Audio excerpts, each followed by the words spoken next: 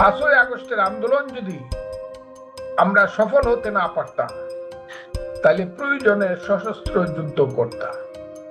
এর আগে 2-3 জন ছেলে বলেছে কিভাবে তারা পুলিশকে মেরেছে, কিভাবে কি তারা উড়িয়ে দিয়েছে ইত্যাদি।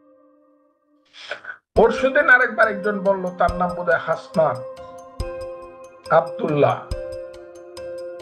সে এমন ভাবে ক্যান্টনমেন্টকে চ্যালেঞ্জ করলো, সেনাবাহিনীকে চ্যালেঞ্জ করলো, যদিও সে বলল যে প্রয়োজনে নিজের জীবন দিয়ে দিব মানে তো যুদ্ধ করার প্রয়োজন আসবে। তো উনি যুদ্ধ করতে চান কার বিরুদ্ধে? উনারা যুদ্ধ করতে চান কার বিরুদ্ধে? সেই যুদ্ধ করার আকাঙ্ক্ষা বা বাসনা যদি থাকে যে একটা দেশের ক্যান্টনমেন্টের বিরুদ্ধে বা সেনাবাহিনীর বিরুদ্ধে যুদ্ধ করবে, এখানে সেনাবাহিনীর প্রধান তো কোনো ব্যক্তি না, উনি তো একটা ইনস্টিটিউশন। যখন তার বিরুদ্ধে বা যুদ্ধ করার কথা আসবে, তখন তো শুধু সেনাবাহিনী, এটা ওয়াকারুজ্জামানের বিরুদ্ধে একক মল্ল যুদ্ধ না, এটা তো ক্যান্টনমেন্টের বিরুদ্ধে আমাদের সার্বভৌমত্বের প্রতি সেনাবাহিনীর বিরুদ্ধে যুদ্ধের কথাটা বোঝায়। তারা এত সাহস কোত্থেকে পায়?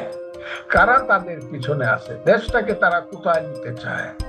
একজন সন্তান আমাদের, যাকে মাস্টার মাইন্ড বলছিল জনাব ইউনূস সাহেব, সেই ছেলেটি আজকে থেকে 3 বার উনি বললেন যে এই দেশ গৃহযুদ্ধ হবে। এই যে ক্যান্টনমেন্ট আক্রমণ করার, যে সেনাবাহিনীর বিরুদ্ধে যুদ্ধ করা, আন্দোলনে ফেল করলে সশস্ত্র সংগ্রামের দিকে যাওয়া, এই অস্ত্রগুলো কোথায়? আমি আজকে যে অস্ত্র যদি তাদের কাছে থেকে থাকে, নিশ্চয়ই তারা বাপের বেটা, তারা বলুক যে আমাদের তাদের কাছে কি কি অস্ত্র আছে। আর তারা যদি না বলে, তারা যদি সেই গোপন অস্ত্র দিয়ে যুদ্ধ করতে চায়।